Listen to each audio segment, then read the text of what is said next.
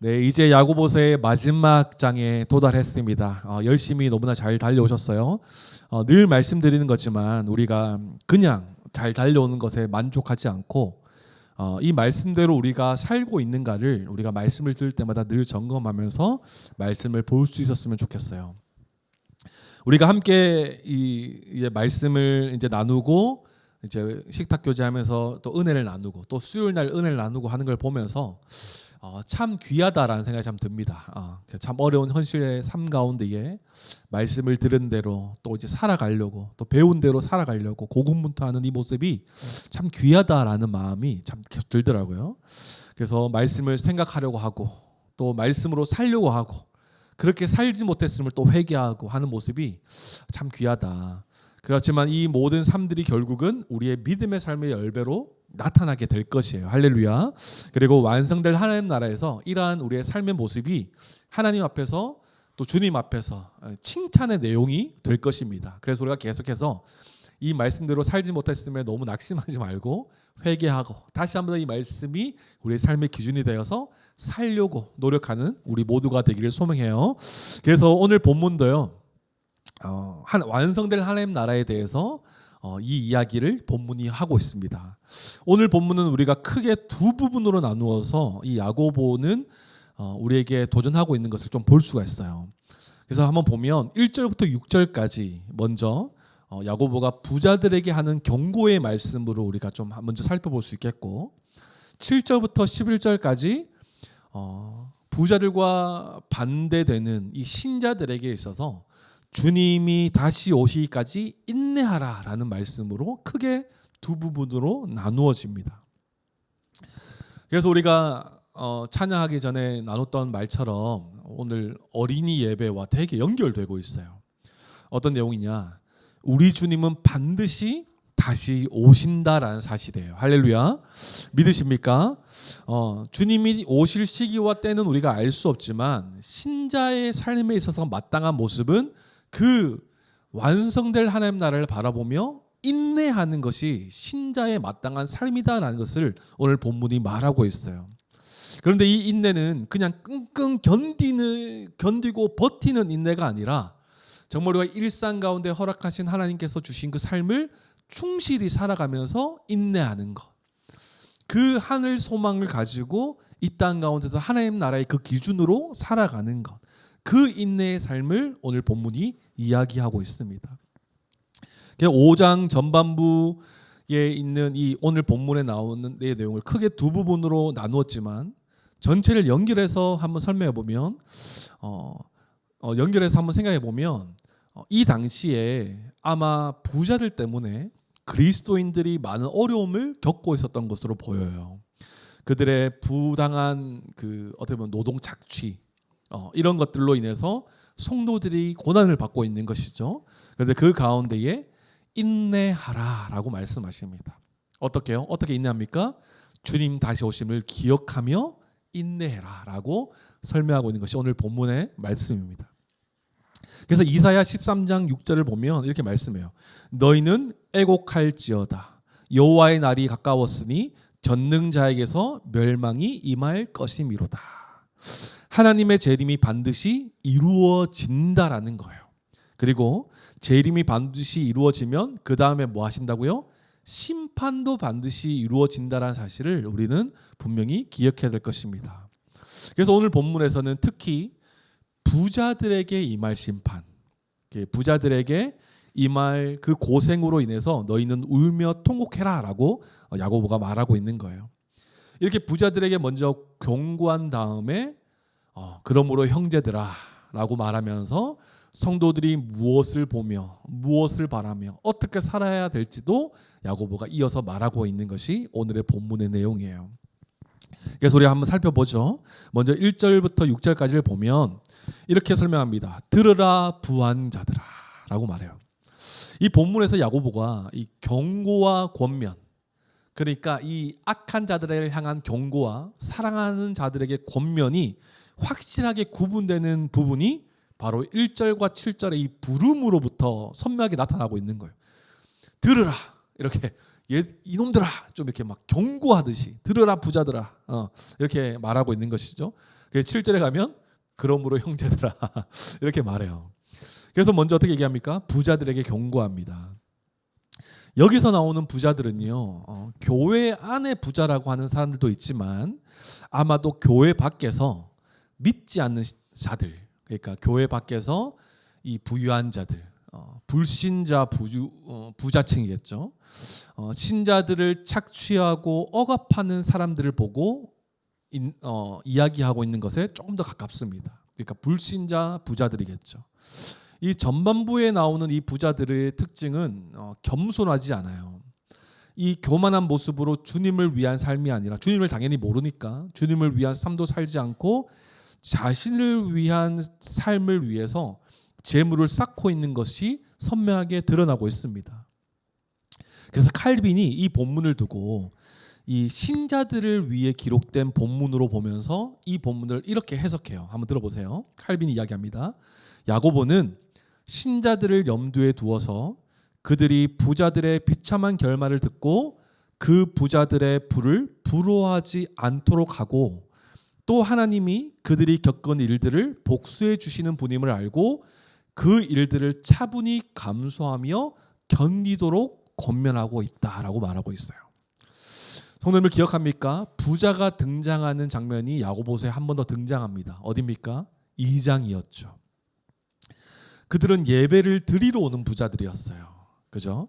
그래서 금가락지를 끼고 좋은 아름다운 옷을 입어서 사람들에게 어떻게 보면 예배를 드리러 나오는 그 모습이지만 결국은 사람들에게 자신의 이런 모습을 보이려고 이렇게 오는. 근데 그게 왜 문제가 되었습니까? 부자들이 이렇게 금가락지를 끼고 아름다운 옷을 입고 예배드리러 오는 것이 왜 문제가 되었어요? 성도들 안에 차별이 일어나는 시작이 되었기 때문에 그래요. 남루한 옷을 입은 가난한 자에 대해서는 하대하고 멸시하면서 부자들에 대해서는 대우하고 환대하는 이런 악한 생각으로 판단하는 자가 되기 때문에 하나님 앞에서 죄가 되는 문제가 되는 것입니다. 또 부자들도 그랬든 그렇지 않았든 간에 그렇게 나온다는 것은 자기 과시욕이 좀 있는 거죠. 일정 부분. 그죠? 그래서 그로 인해서 어떤 마음이 됩니까? 그냥 자기 과시하고 그냥 끝나면 되는데 그런 모습을 통해서 가난한 자들이 낙심하게 된다는 거예요. 낙심하도록 하는 것 자체가 좋은 모습이 아닌 것이죠. 그래서 예전에 생각해 보면 그랬어요. 복음의 기초를 가르치는 어떤 한 자매였는데 그 자매가 늘 이제 나눔을 하면 그 자매의 삶도 되게 좀 힘든, 아빠와 가정의 어떤 그런 불화와 아빠에 대한 뭐 그런 상처, 그러다 보니까 얘 안에는 이제 물질로의 풍요로움을 누리지 못했던 아이인 거예요. 그래서 늘 나눔을 하면 뭐 그런 거에 대한 어려움, 등록금을 내야 되는데 뭐 내지 못하는 뭐 이런 상황에 처해 있는 그 자매였어요. 그래서 가르치는 그 자매에게 우리가 좀 뭐라 해야 될까요? 좀 그 가이드를 줬냐면 갈 때 애플워치 내가 다 빼고 가라. 다 빼고 아이패드 이런 거 가져가지 말고 그냥 책이랑 연필만 들고 가라. 왜냐하면 그 모습을 통해서 막 이제 좋은 가방 들고 막 애플워치 끼고 있고 막 가서 그 자매랑 막 복음의 기초를 가르쳐서 아무 덕이 될 것 같지 않은. 그래서 이런 걸 다 배제하고 이제 만나라. 이렇게 우리가 한번 이제 가이드를 줬던 기억이 있어요. 마찬가지인 거죠. 교회 안에는 부한 자들과 가난한 자들이 있는데 부한 자들보다 평범하게 살아가는 사람들이 대부분일 것일 거예요. 그런데 이 자기의 부를 과시하려고 막 예를 상상해 보십시오. 우리는 교회 오는데 막 어떤 사람이 이제 막 우왕 막 스포츠카를 막 우왕 민재가 막 타고 오는 거예요. 막 선글라스 막 끼고 막 그래서 막 여기 막 핸드백이 아니겠죠. 가방에 뭐 뭘까요? 막 이렇게 프라다 뭐 이런 거 맞죠? 막 하고 막 옷 막 구찌 막 크게 찍혀가지고 막 들어온 상대 보시고 와, 뭐 처음에 부러워하겠지만 요와 차키네나 이렇게 나도 한번 타보자 이렇게 되겠지만 와 이렇게 오신다고 생각해 보십시오. 그럼 우리가 와 정말 멋있다 이렇게 우리가 막 그렇게 하겠지만 나중에 우리 교회가 상도가 많아졌을 때 정말 약한 사람도 있고 믿음이 약한 사람도 있고 강한 사람도 있겠죠. 우리는 이미 다 강해지고 있는 상태이기 때문에 뭐 그런 거를 막 그렇게 하는 사람은 없겠지만 또 우리의 믿음이 흔들릴 정도의 그런 수준은 아니겠지만 약한 사람들이 봤을 때는 저 사람 어떻게 하나님의 사랑을 받아서 저렇게 많은 부를 누릴까 이런 생각도 할 수 있는 거예요. 그래서 이런 것들을 우리가 조심해야 되는 거예요. 부한자들이. 그래서 보시면 이 부한자들이 먼저 나왔고 지금 5장에서는 예배 드리러 온 부자가 아니라 일상 가운데서 이 가난한 신자들을 착취하고 정죄하는 부자들이 지금 등장하고 있는 거예요. 그러니까 부자들이 문제인 거예요. 부자들이. 우리의 가운데 부자들이 없어서 얼마나 참 감사한 일인지 참 은혜가 되죠. 그죠? 부자가 문제인 거예요. 그래서 이렇게 말합니다. 2절에 뭐라고 말합니까? 너희 재물은 썩었고 너희 옷은 좀 먹었으며 너희 금과 은은 녹이 쓸었으니 이 녹이 뭐라고요? 너희에게 증거가 되며 불같이 너희 살을 먹으리라. 너희가 말세에 재물을 쌓도다 라고 경고합니다. 이 악한 사람들이 이 부자들이 쌓은 재물의 출처가 어딘지를 지금 보여주고 있는 것이죠. 그죠? 뭡니까?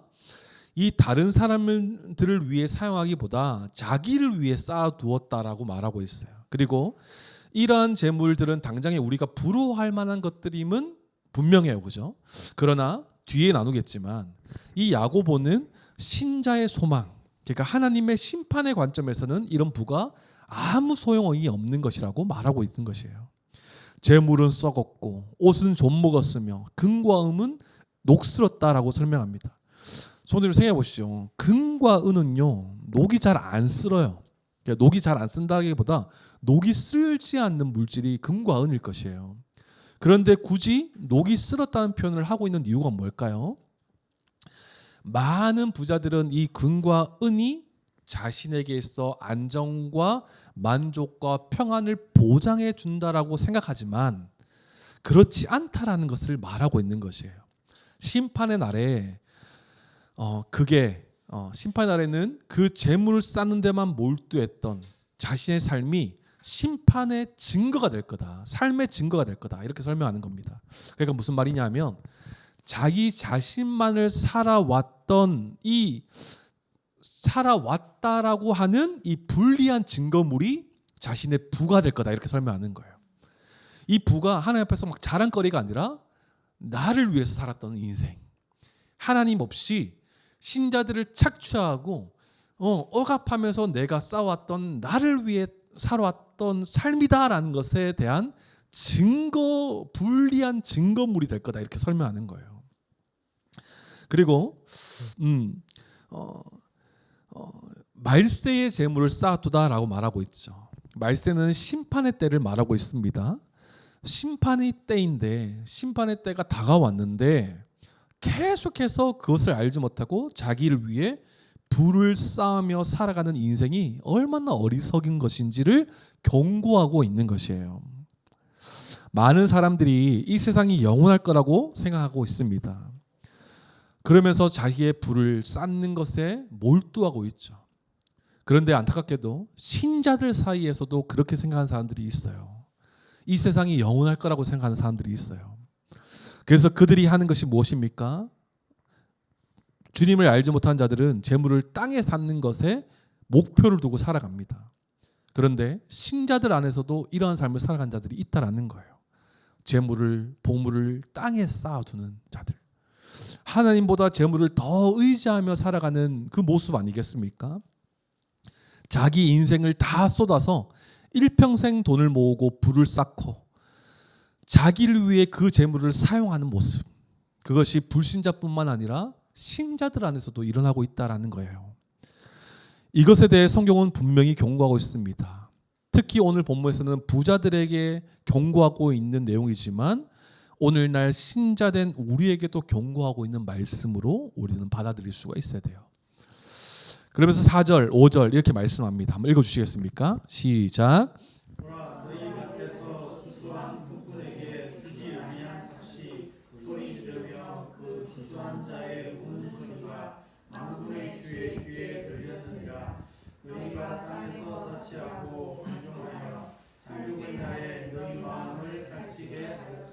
그러니까 부자들이 어떻게 부를 축적했는지가 나오고 있죠. 품꾼에게 주지 않는 싹이라고 얘기하는 거예요. 그 싹들이 소리 지르고 있더라고요. 어떤 해석을 보니까 이렇더라고요. 품꾼들에게 정당하게 지급되지 않은 이 품삯들이 이 그 주지하는 부자들의 주머니 안에서 서로 부딪히니까 소리 지르고 있다라고 설명하는 거예요. 우리가 왜 아직 여기 있냐라고 이렇게 소리 지르는 거죠. 추수한 자의 우는 소리가 누구의 귀에, 만군의 주의 귀에 들렸다라고 말합니다. 이것은 무슨 말입니까? 이미 심판의 때에 그들이 심판받아 마땅한 자임이 들렸다라는 거예요. 싹을 정당하게 지불하지 않았을 수도 있고 노동에 대한 정당한 품삯 대신 더 값싸게 지불했을 수도 있는 그런 모습이었을 것이에요. 부자들은 자신의 토지가 있었기 때문에 가난한 자들을 소장농으로 부렸어요. 그러니까 부자들의 마음에 어떤 마음이에요? 주는 게 값인 거예요. 그냥 어떤 뭐 계약서에 따르지 않고 그냥 주는 대로 그냥 받아 사는 사람들이 품꾼들이었죠. 그러니까 이 부자들은 그들에게 정당한 임금을 주지 않고 착취해서 재산을 늘려왔음을 본문이 잘 나타내 보여주고 있습니다.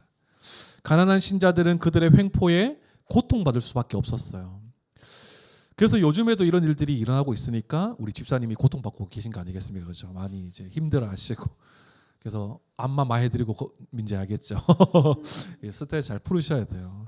요즘도 이런 일이 벌어지고 있다는 거예요. 그때는 더 얼마나 더 그렇겠습니까? 지금 법이 많이 제정되었음에도 불구하고 그런 일이 벌어진다는 것은 옛날에 얼마나 그런 일이 있었겠어요. 부자들이 가난한 자들에게 그냥 주는 게 값이고. 그래서 레위기 19장 33절에 이렇게 말합니다. 너는 내 이웃을 억압하지 말며 착취하지 말며 품꾼의 삭을 아침까지 밤새도록 내게 두지 말며라고 레위기에 나와 있어요. 그러니까 품꾼의 싹을 아침까지 주지 않고 밤새도록 가지고 있지 말라라고 말한 거예요. 그날 그때 제때 지급하라고 성경은 분명히 말하고 있는 거예요. 그래서 혹시나 나중에 우리가 이제 주인의 자리에 있으시게 되면 꼭 제때 지급해야 됩니다. 그리고 우리도 어떻게 보면 제때 받는 것도 사실 정당한 거잖아요, 그죠? 그런 거예요. 이 시대에 아마 이렇게 일하는 사람들은 대부분 하루 먹고 사는 사람들이었을 것이에요. 그들에게 어쩌보면 생명과 연결되어 있는 이 품삯인데 받지 못한다는 것은 이들에게 엄청난 큰 고난이고 고통이었을 것입니다. 이러한 횡포와 부당한 그들의 삶이 심판자의 귀에 들렸다고 성경은 말하고 있어요. 다 아시고 계신다라는 것이죠. 부자들은 이러한 사실도 모른 채 살육의 날에, 심판의 날에도 뭐하고 있다고요? 품꾼에게 지급하지 않은 이 부당한 이익으로 이 땅에서 사치하고 방종하고 무책임하게 살면서 마음을 살찌우는 죄를 범하고 살아가고 있다라는 것입니다. 품꾼들의 형편은 아랑곳하지 않고 그들의 배를 불리는데 급급하면서 심판의 날에 살육의 날이 도달했는데도 불구하고 그들은 이렇게 살아가고 있다라는 거예요.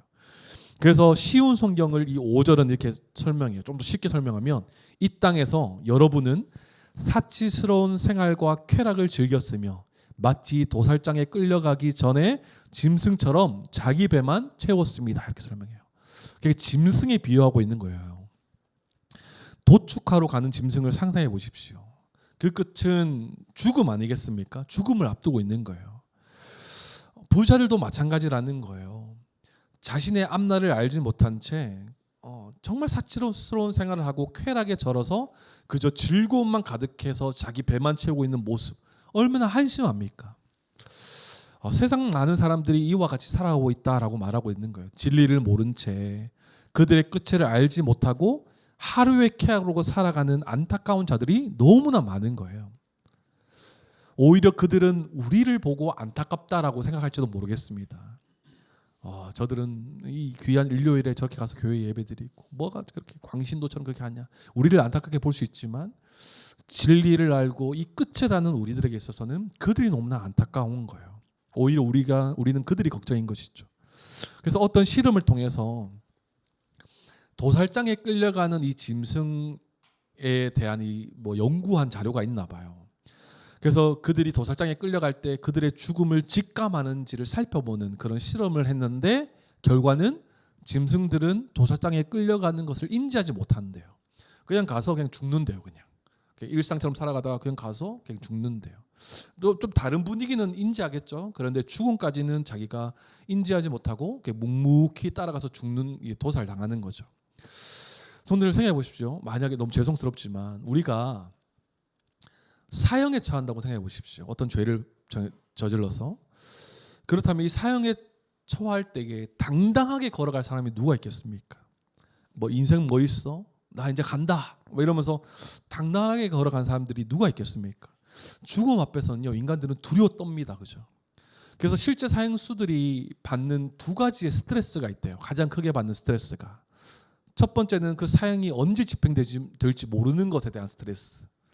그리고 또 한 가지는 뭔가 오늘이라는 것을 직감할 때, 뭔가 관술이 잘 대우해주고 좋은 음식이 나오면서 오늘이구나라는 것을 딱 인지하는 때 정말 극심한 스트레스를 받는데, 죽음이 앞두고 있으니까. 그러니까 사람들은 어때요? 인간은 어떻습니까? 죽음을 직감하는 거예요. 그래서 그 죽음을 직감하고 극심한 스트레스와 고통으로 몸부림치는 거예요. 이게 짐승과 인간의 차이 아니겠습니까? 그런데 뭐예요? 이 부자들이 살아가는 삶의 모습이 어떻다라고 합니까? 인간의 모습이 아니라 짐승처럼 지금 자신의 배를 불리며 살아가고 있는 것에 대한 경고를 지금 야고보가 하고 있는 거예요. 사치스러운 생활을 하고 자기의 죽음을 앞두고도 그것을 알지 못하고 쾌락을 즐기면서, 그리고 또 부당하게 정말 무책임하게 정말 신자들의 모든 노동력을 착취하는 그 인생을 살아가고 있는 것에 대해서 야고보는 지금 경고하고 있는 것이죠. 정말 짐승과 다를 것 없는 무지함에 대한 경고를 지금 야고보가 하고 있는 것입니다. 그리고 이들이 어떻게 또 살아갑니까? 심지어 의인을 정죄하고 죽였다라고 말하고 있어요. 그러나 신자들은 대항하지 않았다라고 설명하죠. 6절 한번 읽어볼까요? 6절 시작. 너희는 의인을 정죄하고 죽였으나 그는 너희에게 대항하지 아니하였느니라. 아멘. 부자들은 신자를 향해서 부당하게 착취하고 억압하고 그들의 배를 불렸음에도 불구하고 어떻게 보면 자기 잘 살려고 그들을 정죄하면서 그들을 위험에 처하게 하고 이런 들을 살았지만, 근데 신자들은 어떻게 해요? 부자들에게 대해서 대항하지 않았다라는 거예요. 품꾼으로 살던 신자들이 과연 힘이 없어서 대항하지 않았을까요? 어떻게 대처할지 몰라서 그들이 배운 것이 없어서 대항하지 않았을까요? 그렇지 않았을 거예요. 왜 대항하지 않았을까요? 말씀대로 살려고 했던 그들의 삶이었기 때문에, 말씀대로 사는 것이 우리에게 가장 복되다라는 것을 알았기 때문에 그들은 부자들의 횡포에 대항하지 않았을 거예요. 로마서 12장 19절 21절 뭐라고 말합니까? 내 사랑하는 자들아, 너희가 친히 원수를 갚지 말고 하나님의 진노하심에 맡기라. 기록되었을 때 원수 갚는 것이 내게 있으니 내가 갚으리라고 주께서 말씀하시리라. 내 원수가 줄이거든 먹이고 목마르거든 마시게 하라. 그러함으로 내가 숯불을 그 머리에 쌓아 놓으리라. 악에게 지지 말고 손으로 악을 이기라. 아멘이십니까? 성경은 이렇게 말씀하고 있어요. 그러니까 이 말씀을 아는 신자들이 어떻게 해요? 부자들의 횡포에 보복하거나 원수 대하듯 하지 않고 오직 뭐예요? 그 숯불, 그들의 하나님에 대한 진노를 그냥 하나님께 맡기는 거예요. 그러니까 성도는요, 원수를 갚는 자들이 아니라 성도는 하나님께 갚을 것을 맡기는 자들이 성도인 거예요. 악한 자들의 행실에 보복하지 않고 공의로우신 하나님의 심판에 맡겨드리는 삶이 신자의 삶이라는 것입니다. 하나님의 진노가 그들 머리 위에 쌓이도록 하는 거예요. 내가 심판하지 않고. 지난주에 기억나시죠? 그죠? 우리가 마음대로 심판주의 자리에 앉아서 그들을 비방하거나 판단하지 않고 오직 하나님께 맡겨드리는 것이 우리의 삶의 태도라는 거예요. 신자들이 힘이 없고 약해서 그저 당하고 있었던 것이 아니라 심판자이신 하나님을 경외하는 마음으로 그들에게 대항하지 않았던 것이에요. 그리고 하나님의 주권을 인정하면서도 뭐예요? 보복하지 않음으로써 나의 믿음도 지키는 행위가 되기 때문에 이렇게 대항하지 않았던 것입니다. 일상생활 가운데 여러 가지 상황들이 있지만 우리가 무엇을 바라봅니까? 재림의 소망으로 말씀대로 살아가는 우리가 되기를 소망합니다. 그들의 횡포가 있고 악한 행실이 있지만 우리도 똑같이 그들에게 대항하는 것이 아니라 이것이 신자에게 주시는 지혜일 것이에요. 하나님께 맡겨드리는 것입니다. 그래서 우리가 이제 어떻게 살아가야 되는가는 이제 산상수훈의 내용을 통해서 함께 잘 배워나가면 좋겠습니다. 그래서 1절부터 6절까지는 부자들에 대한 부자들의 어리석음, 부자들의 이 심판에 대해서 이런 것들이 있으니까 이 뒤에 성도들에게 뭐라고 말합니까? 그들의 부를 하나도 부러워하지 마라 라고 말하는 것입니다. 그래서 7절 8절 이렇게 말합니다. 한번 읽어볼까요? 7절 8절 시작. 그러므로 형제들아 주께서 강림하시기까지 길이 참으라. 보라 농부가 땅에서 나는 귀한 열매를 바라고 길이 참아 이른 비와 늦은 비를 기다리나니 너희도 길이 참고 마음을 굳건하게 하라. 주의 강림이 가까우니라. 아멘. 아멘이십니까? 야고보는 부자들 향해 들으라 부자들아 부한자들아 이렇게 말한 다음에 뭐라고요? 그러므로 형제들아 이렇게 말해요. 이 말 안에 다 담겨져 있죠. 지금까지 잘해왔다. 그들의 착취와 횡포 위협 속에서도 대항하지 않고 잘해왔다. 여기서 멈추지 말고 우리 끝까지 참자. 주님 강림하실 때까지 우리 신자다운 삶을 살아가자라고 지금 야고보가 지금 강하게 어떻게 보면 권면하고 있는 거예요. 그저 참으라라는 말이 아니죠. 그저 길이 참으라라는 말이 아닙니다. 무슨 말입니까? 주님의 강림이 반드시 이루어질 것을 확신하고 그들을 향한 하나님의 진노와 심판이 반드시 있을 것이라는 것을 알고 견디자, 참자라고 지금 야고보가 말하고 있는 것입니다.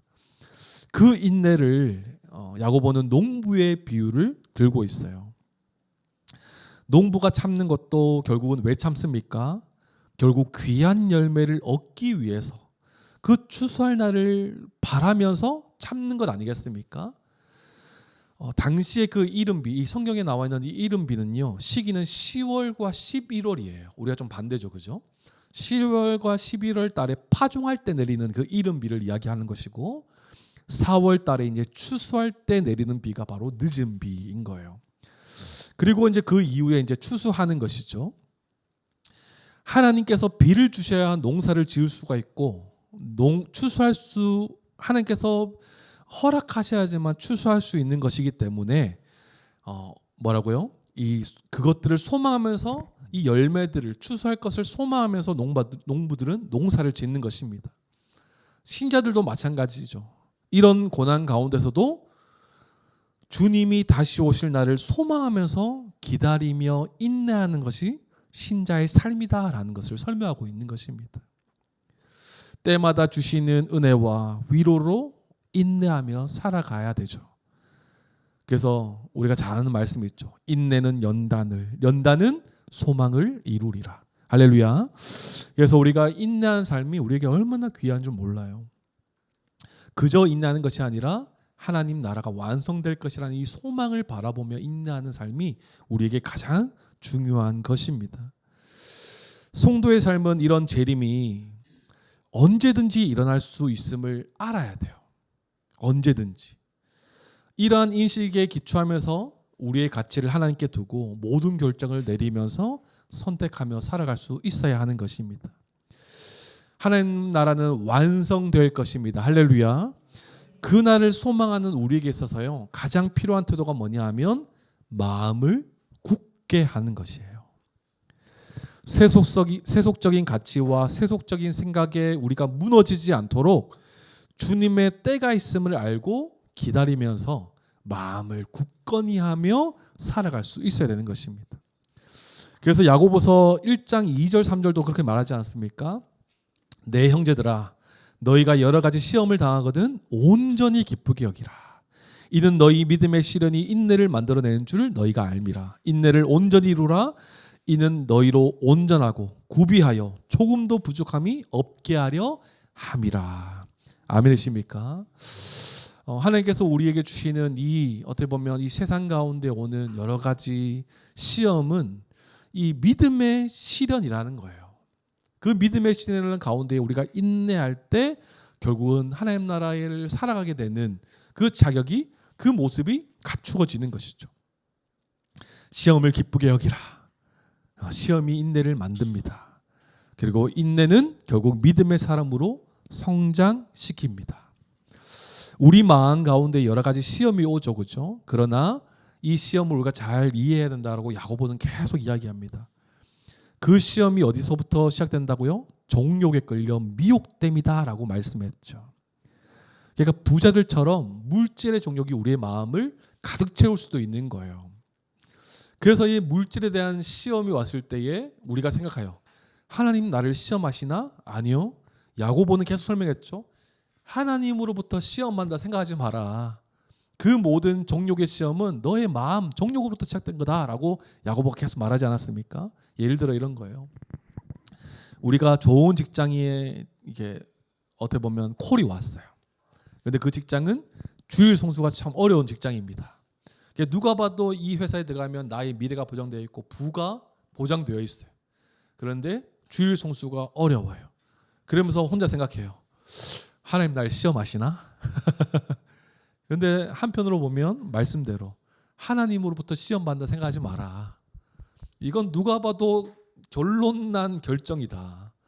그냥 나의 마음의 종욕으로부터 이걸 재고 있는 거예요. 그죠? 그러니까 시험 당할 때에 하나님으로부터 받는다라는 생각이 아니라 내 마음의 종욕으로부터 시험을 만들어내는 것이니까 그렇지 않고 우린 더욱 하나님만을 신뢰하고 하나님만이 우리의 참된 소망이다라는 것을 알고 우리는 하나님을 향해 우리의 마음을 굳건히 해야 된다라고 야고보가 계속 이야기하고 있는 것입니다. 성도들, 이 마음을 굳건히 한다라는 것은요, 그저 마음을 단단히 먹는다라는 이 뉘앙스만은 아닐 거예요. 그래서 이 마음을 굳건히 하는 것이 무엇일까라고 우리가 조금 더 생각해 보면, 성도들 뭐가 마음을 굳건히 하는 모습일까요? 그냥 안 돼, 안 돼, 이게 마음을 굳건히 하는 모습일까요? 그런 모습도 있겠지만 하나님 나라를 소망하며 살아가는 우리에게 있어서 이 마음을 굳건히 하는 모습은요, 우리 안에 복음의 진리가 더 선명해지고 이 재림의 소망이 더 밝히 보여지는 것, 바로 예배 시간과 교회적 삶이 바로 마음을 굳건히 하는 것이에요. 다시 말하면 이 공예배가 마음을 굳건히 하는 것이라는 거예요. 하나님과 더욱 깊이 말씀으로 교제하고 한 몸 되게 하신 교회를 통해 이 재림의 소망을 경험하고 누리는 것, 이런 삶을 통해서 우리의 믿음의 마음, 그 마음이 더욱 굳건해지는 것입니다. 성도들이 함께 모여서 하나님 나라를 이야기하고 성도들이 함께 모여서 복음의 은혜를 이야기하면 어떻게 될까요? 더 하나님 나라에 대한 소망이 우리 가운데 막 피는 거예요. 그러니까 우리 마음이 어떻게 돼요? 더 마음이 굳건해져서 한 주간 이 부당한 어떻게 보면 의미와 아직의 세상 가운데서 이겨낼 힘이 주일날 공예배를 통해서 만들어지는 거예요. 할렐루야. 우리는 이것을 기억해야 돼요. 성도님들, 한 주만 교회를 빠져보십시오. 한 주만. 온라인으로 뭐 설교를 듣는다 쳐도 한 주만 예배를 한번 빠져보십시오. 그러라고 하는 거 아닙니다. 오해하지 마세요. 한 주만 예배를 빠지면 우리 삶 가운데, 우리의 모습 가운데 어떤 일이 벌어집니까? 우리의 믿음의 삶이 도미노처럼 걷잡을 수 없이 우르르 무너지는 것을 경험하게 될 거예요. 나는 뭐 유튜브로 설교를 보니까 뭐 괜찮겠지 정도가 아니에요. 함께 호흡하고 함께 아멘으로 화답하고 함께 하나님 행하신 일을 찬양하고 하나님 지금도 살아서 내 삶에 관여하시고 운행하신다는 사실을 같이 서로의 나눔을 통해서 확신하면서 이 삶이 너무나 중요한 거예요. 그래서요, 이 교회적 삶을 빼놓고 나의 신앙을 이야기할 때 나 혼자 믿음 생활 잘할 수 있어 만큼 어리석은 말이 없어요. 신자의 삶은 교회적 삶인 것입니다. 혼자 집에서 말씀을 여러 번 묵상하고 통독하고 혼자 끝없이 골방에서 기도하고 유튜브로 말씀의 공급을 계속 받는다고 할지라도 성도의 교제를 통해서 얻는 하나님의 유익도 누리지 못하는 거예요. 그 유익은 그 혼자 신앙생활 할 때 누리지 못하는 유익인 거예요. 하나님께서 그래서 이 예배를 이 주일날 우리 가운데 허락하신 거예요. 공예배를 통해 성도의 교제를 통해. 그래서요 공예배가 너무 중요한 것이에요. 내 마음을 주님께로 변하지 않는 진리로 완성될 하나님 나라에 대한 소망으로 다시 세팅하는 시간이 바로 주일의 시간인 거예요. 주일의 삶, 교회적 삶이요 결국 우리의 마음을 굳건하게 하는 것이라는 것을 우리가 분명히 기억하기를 소망합니다. 그래서 야고보는 이렇게 말해요. 형제들아 서로 원망하지 말라.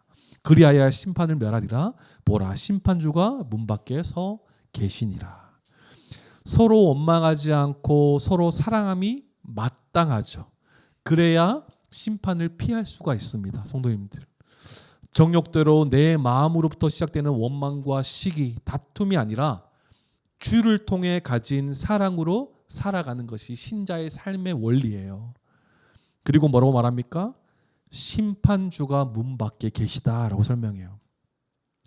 그래서 오늘 본문이 계속 얘기하는 것이 무엇입니까? 주님 강림하신다. 다시 오신다. 그리고 오셔서 심판하신다. 그러니까 그 부자들의 부를 부러워하지 마라라고 이 본문이 계속 설명하고 있는 거 아닙니까? 그래서 이 표현을 문 밖에 서 계시다. 심판하실 날이 곧 다가온다라는 것을 심판주가 문 밖에 서 계시다라고 말씀해요. 이 말씀이 저희 묵상하다가 소망이 되면서도 뭔가 섬뜩하더라고요. 문 밖에 서 계시대요. 주님 마라나타 고백하지만 저 밖에서 언제든지 들어오실 수 있는 거예요. 우리가 말씀대로 살지 않고 있을 때에도 언제든지 문을 열고 들어오실 수 있는 분이세요. 그리고 우리가 사랑합시다 말만 하고 차별하고 있을 때도 언제든지 들어오실 수 있는 분이에요. 그리고 우리 기억나시죠? 회당에 부자들과 가난한 자들이 들어왔을 때에 함께 예배드리고 있는 그 공간에 부자들과 가난한 자들이 들어온 그 문 밖에 심판주가 보고 계신 거예요. 차별하고 있는가 안 하고 있는가도 지켜보고 계신다라는 거예요. 그리고 우리가 입에 재갈을 물리지 않고 혀를 마음대로 사용할 때 그때도 주님께서 뭐라고 하면서 이렇게 들어오실 수 있다라는 거예요. 사랑하지 않고 비방하고 판단할 때 너 왜 그렇게 얘기하기에 그렇게 판단해? 라고 언제든지 들어오실 수 있다라는 거예요. 성도는요 심판주가 문 밖에 계시다는 사실을 항상 기억하고 고난 가운데 찾아오는 그 원망의 마음을 인내로 이겨내는 자들이 바로 성도라는 사실을 기억할 수 있어야 되는 것입니다. 언제든지 주님 오셔도 이상하지 않다라는 것을 우리는 알고 있어야 돼요. 성도님들 그렇기 때문에 우리가 원망하지 않고 사랑함으로 살아가는 것이 심판을 피할 길이다 라는 것을 우리가 분명히 기억할 수 있기를 바랍니다. 이것은 우리가 행위 구원을 이야기하지 않는가 여러분 이제 아시죠? 그죠? 우리 누누이 얘기하기 때문에 믿음을 가진 신자는 사랑의 삶이 당연한 거예요. 원망이 아니라. 그리고 10절 11절 이렇게 설명합니다. 한번 읽어주시겠습니까? 10절 11절입니다. 시작.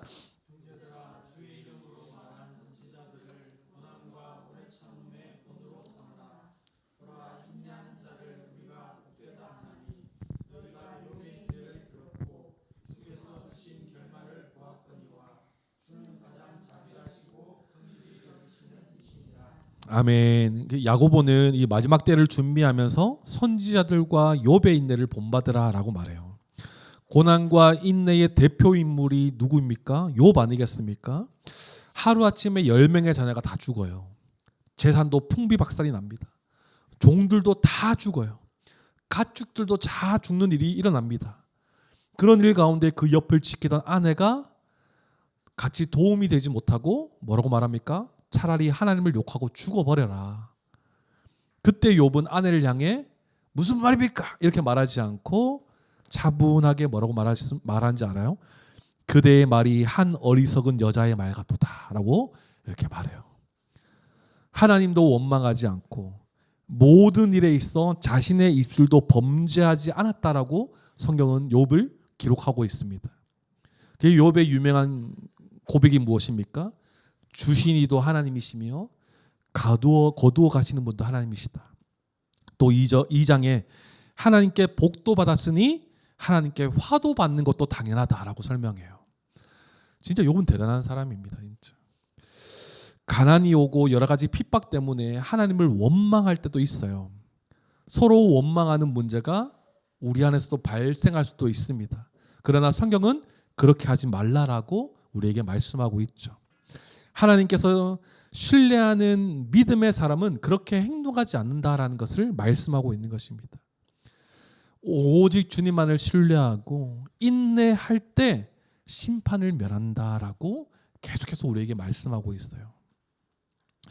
많은 선지자들이 하나님의 말씀을 있는 그대로 전했습니다. 하지만 그들에게 오는 반응은 어땠어요? 존중과 존경이 아니라 오히려 많은 선지자들은 하나님의 말씀을 있는 그대로 전했다고 해서 많은 어려움을 당해요. 동족들도 등 돌리고 비난하고 내쫓김 당하는 일을 선지자들이 감당합니다. 그럼에도 불구하고 그들은 인내하며 말씀을 전하는 사역을 감당해요. 성경은 그렇게 인내하며 주의 뜻을 행하며 사는 자들이 복되다라고 설명합니다. 그래서 마태복음 5장 11절 12절에 예수님 이런 말씀하십니다. 나로 말미암아 너희를 욕하고 박해하고 거짓으로 너희를 거슬러 모든 악한 말을 할 때에는 너희에게 복이 있나니 기뻐하고 즐거워하라. 하늘에서 너희의 상이 큼이라. 너희 전에 있던 선지자들도 이같이 박해하였느니라 라고 설명해요. 그러니까 참 아이러니하죠. 진리를 전하고 진실을 전하고 하나님의 심판의 때를 전하는데도 어떻게 해요? 대개 그것을 받아들이지 않고 오히려 핍박합니다. 하지만 그 핍박 가운데서 인내하고 주의 뜻을 알아 살아가는, 인내하며 살아가는 신자들이 복되다라고 성경은 계속해서 말하고 있는 것이에요. 화를 화로 갚지 않고 우리에게 오는 그 원수를 원수로 갚지 않고 참고 하나님께 맡겨드리며 인내하는 신자가 복되고 그들에게 결국 생명이 있을 거라고 성경은 계속 설명합니다. 야고보서 1장 12절 말씀도 기억하십니까? 시험을 참는 자에게 복이 있다라고 말씀하십니다. 그리고 또 무엇을 약속하십니까? 그렇게 시험을 참는 자, 인내하는 자에게 약속하신 생명의 면류관을 주실 것이다. 얻게 될 것이다 말씀합니다. 할렐루야. 우리 주님은 가장 자비하시고 긍휼이 많으신 분이세요. 그분께서 우리에게 생명의 면류관을 허락하신다라는 것입니다. 그래서 신자는요, 완성될 하나님 나라를 바라보며 어떤 상황 가운데서도 인내하며 살아감이 마땅하다라고 성경은 우리에게 말씀하고 있습니다. 오늘 본문의 내용은 이러해요. 그래서 우리가 묵상과 적용하면서 마무리를 한번 해보면, 먼저 오늘 본문의 내용을 한번 정리해 봅시다. 설교 내용을 한번 정리해 보면 오늘 본문이 우리에게 주시는 메시지가 무엇입니까? 부자들의 그 부를 부러워하지 말라라는 거예요. 왜요? 그 부는 결국 심판의 때에 자기 자신만을 살던 그 증거가 되어서 결국 심판주 앞에서 불리한 증거물로 채택될 거기 때문에, 그래서 그들은 죽음을 면치 못할 것이기 때문에 그들의 부는 아무 소용이 없다. 그러니 신자된 너희들 부를 부러워하지 말라라고 말하고 있어요. 그렇기 때문에 성도들은 땅에 불을 쌓는 자들이 아니라 그들과 다르게 하늘에 불을 쌓는 자들이 되어야 된다라고 말하고 있는 것이죠. 주님의 재림을 알고 기다리며 소망하며 심판이 있을 것이라는 것을 알고 인내하고 참고 견디며 살아가야 된다라고 야고보 오늘 본문 말씀이 우리에게 말씀하고 있는 것입니다. 그러면서 성경에 나오는 선진들을 본받으라. 누구보다 하나님의 때를 선포하고 기다리고 그죠? 전했지만 그들에게 오는 것은 정말 부당한 모습이었지만 그들은 인내했어요. 그리고 누구보다 이 모습을 가지셨던 우리 주 예수 그리스도를 본받아야 할 것입니다. 하나님의 때를 선포하고 기다리고 감당하셨던 그 우리 주 예수 그리스도를 본받아서 그를 힘입어 우리는 참고 견디며 살아갈 수 있어야 되는 것이에요. 할렐루야. 그래서 우리가 조금 묵상과 적용으로 오늘 설교를 마무리하려고 합니다. 4가지 정도로 우리 한번 적용해 보죠. 첫 번째는요, 재물이 아니라 하나님을 의지하자예요. 재물이 아니라 하나님을 의지하자. 성도님들, 녹슨 금과 은처럼 우리가 가진 부는요, 언젠가는 다 사라질 것입니다. 그리고 이 재물은 결국 하나님을 멀리하는 기준이 되어서, 그 가치가 되어서 우리에게 죄가 될 거예요. 재물을 많이 가지고 있는 자체가 문제는 아니죠. 성도님들, 우리가 부를 많이 쌓는 건 너무나 귀합니다. 모두가 가난해야 되는 건 아니에요. 부가 너무나 중요해요. 그런데 문제가 무엇입니까? 그 재물을 하나님보다 더 의지하는 것, 악하게 부를 쌓는 것, 그리고 악하게 사용하는 것, 그것이 문제죠. 부를 가지고 있는 것은 문제가 되지 않아요. 주의 것을 주를 위해 사용하고 주를 알지 못하는 자들을 위해, 이 복음의 일을 위해 사용한다면 전혀 문제가 되지 않고 오히려 하나님은 그 부를 통해서 우리를 칭찬하실 거예요. 하지만 이 재물은 그리 쉽지 않은 거예요. 쉽지 않은 문제입니다. 우리의 악의 근원이 되기 때문에 본문이 우리에게 경고하고 있는 것이에요. 스스로에게 우리가 질문 한번 던져봅시다. 성도님들, 우리는 무엇을 위해 살아갑니까? 하나님을 위해 살아갑니까? 이 재물을 위해 살아갑니까? 우리의 분주함, 우리의 바쁨을 돌아보면요, 우리의 마음이 어디에 있는지를 알 수 있게 될 것이에요. 이 영원히 안정을 주지 못하는 재물이 아니라 영원한 평안과 안식이 되시는 하나님을 소망하며 살아가는 우리 모두가 되기를 소망합니다. 두 번째는요, 억울할 때 복수 말고 말씀대로 살아가자예요. 억울할 때 복수 말고 말씀대로 살아가자. 성도의 인내는요, 단순히 아무것도 하지 않는 것을 말하는 게 아니에요. 무엇을 합니까? 공의로우신 하나님께 심판을 맡겨드리는 것이죠. 부당하고 악한 일을 많이 경험해 왔을 것입니다. 그리고 지금 이제 사회 초년생으로 또 그런 부당한 일들을 많이 경험하게 될 것이에요.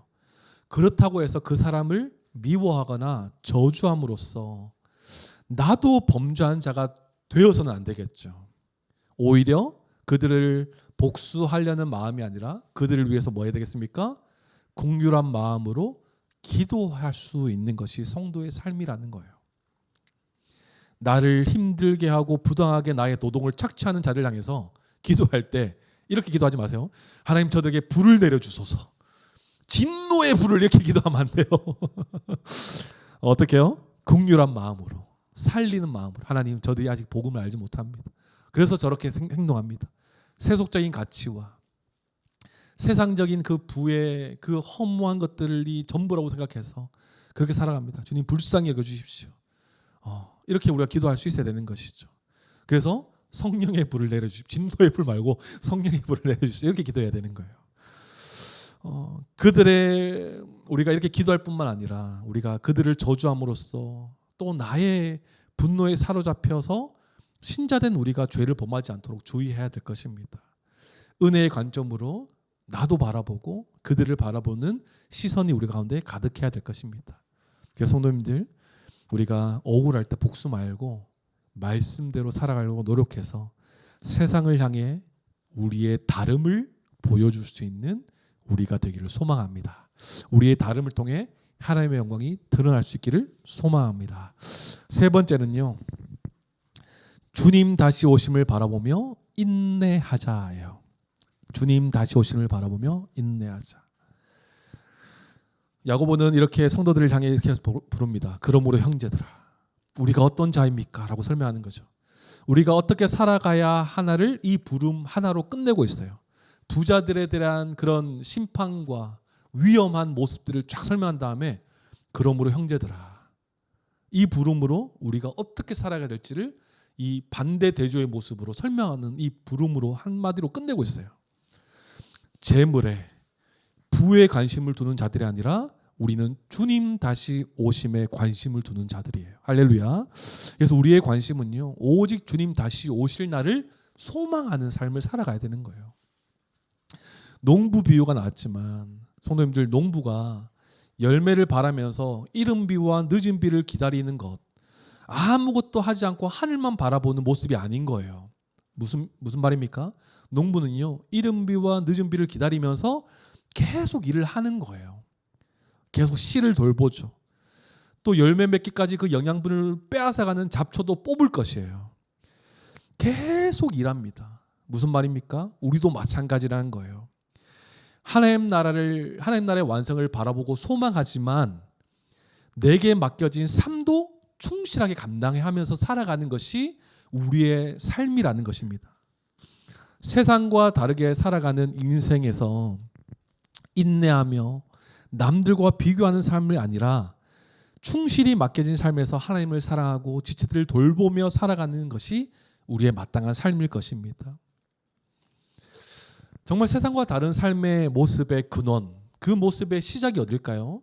주님 다시 오신다는 이 소망의 확신이 우리의 삶을 그렇게 이끌어가는 거예요. 우리의 삶에서 이런 열매가 나타나기를 소망합니다. 할렐루야. 주님 다시 오심이 있고 심판이 있다는 것을 분명히 안다면 오늘 어린이 예배처럼 노아처럼 순종하며 살아갈 거예요. 말씀대로 살려고 노력할 것입니다. 그러면서 인내할 겁니다. 비웃고 그 방주를 짓는 그 상황 가운데 비웃는 그 모든 상황 가운데서도 인내하는 것처럼 우리도 마찬가지로 이 부당한 그 사람들의 손가락질 가운데서도 어떻게 해요? 인내하며 주님 오심을 바라보며 살아갈 수 있어야 되겠죠. 그러면서 우리에게 맡겨주신 그 삶에서도 충실히 살아갈 수 있어야 될 것입니다. 성도답게, 교회답게 살아갈 수 있어야 될 것입니다. 그래서 우리의 삶에서 결국 생명의 열매를 맺는 우리 모두가 되기를 소망합니다. 그리고 마지막 적용은요. 길이 참고 마음을 굳건하게 하자예요. 길이 참고 마음을 굳건하게 하자. 우리 삶 가운데에 크고 작은 고난이 있을 것입니다. 하지만 그 가운데서 하나님을 원망하거나 주변 지체들을 원망하여서 마음에 악을 품지 않도록, 죄를 짓지 않도록 우리는 마음을 굳건하게 해야 할 것이에요. 그래서 이미와 아직 사이에서 우리의 마음과 생각을 잘 지켜야 할 것입니다. 그래서 아까 전에 말씀드렸지만 굳건하게 하는 방법이 무엇이라고요? 교회적 삶인 것이에요. 공예배가 너무나 중요한 것입니다. 예배는 하나님께서 우리를 찾아오시는 시간이고 우리가 친밀하게 교제하는 시간입니다. 우리는 어떻게 해요? 하나님이 행하신 일들을 기억하고 노래하며 그 은혜가 지금도 이루어지고 있음을 확신하며 나아가는 시간이 예배의 시간이에요. 그리고 또 성도의 교제의 시간을 통해서 하나님 나라의 기쁨과 안식, 소망을 맛보는 것이 오늘 이번 주에 집사님 나눔이잖아요. 맛보는 시간이요. 교회적 삶인 거예요. 여기서도 누리지 못하는데 어떻게 완성될 하나님 나라가 소망이 되겠습니까? 이런 삶을 통해서 우리가 마음이 굳건해지는 거예요. 하나님 주시는 위로가 있고 하나님 주시는 정말 사랑이 있고 이런 교회적 삶, 주일의 시간을 통해서 다시 한번 한 주간의 삶을 살아가는 거예요. 그래서 우리는 교회 성도들은 그렇지 않지만 많은 사람들이 예배를 두고 어떻게 이야기하냐 하면 간혹가다 이렇게 얘기해요. 예배를 드린다고 말하지만 많은 이제 신자라고도 할 수 없겠죠. 많은 사람들의 마음에 어떤 마음이 있냐면 예배를 드려준다라는 마음이 인식이 좀 강해요. 무슨 말입니까? 예배를 드려준다라는 것이 잘 그려지지 않죠. 예배를 드려주는 게 어떤 걸까요? 내 시간을 빼서 여기 왔습니다. 나의 것을 하나님께 드린다는 생각이 의연중에 있어서 하나님께 드려줍니다.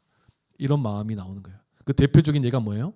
어떤 이제 교회에서 어떤 직책이나 뭐 이제 섬김을 부탁할 때 막 하면 우리가 가장 많이 핑계 대는 게 뭐예요? 시간 되면 할게요.